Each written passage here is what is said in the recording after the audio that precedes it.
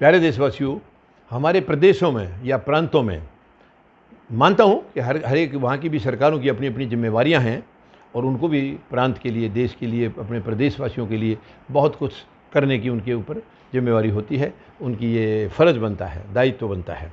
लेकिन फिर भी कुल मिलाकर के मैं ये कहूँगा कि प्रदेशों में भी जो कुछ होता है, अगर गलत हो रहा है तो उसका सीधा सीधा दायित्व या सीधी सीधी जिम्मेवारी केंद्र सरकार की होती है। केंद्र सरकार को पूरा कंट्रोल हर प्रदेश के ऊपर करना चाहिए, लेकिन वो तभी कर सकते हैं जब वो खुद ठीक होंगे।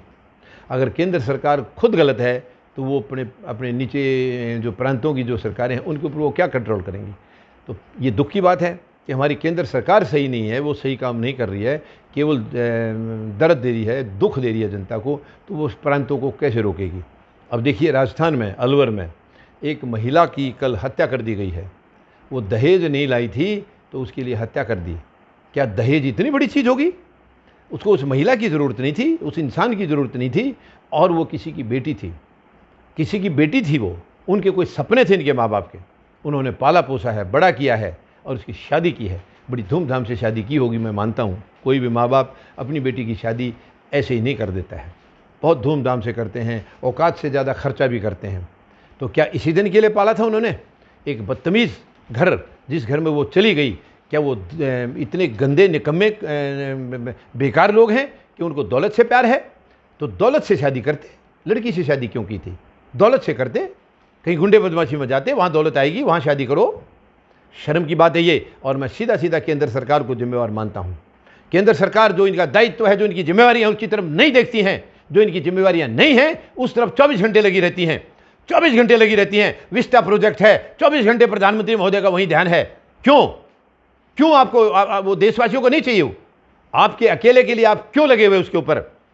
कि ये देश आपके अकेले के लिए नहीं है, ये संपत्ति आपके लिए नहीं है। आप अगर पहले भूखे रहे होगे, घर से कुछ नहीं मिला है, आप इस देश को लूट लूट के खा रहे हो। अभी आप देश को लूट के क्यों खा रहे हैं? आपकी नहीं है ये दौलत, 140 करोड़ लोगों की है, गरीबों की, मजदूरों की, जवानों की, किसानों की है। आप कैसे हड़प रहे हैं उसको? आपको केवल विस्टा प्रोजेक्ट चाहिए, हवाई जहाज में यात्रा चाहिए, क्योंकि शौक है आपको घूमने का, बचपन से बहुत शौक है आपको घूमने का। आप जनता के पैसे का, टैक्स पेयर के पैसे की बर्बादी कर रहे हैं आप। ये कौन बचाएगा?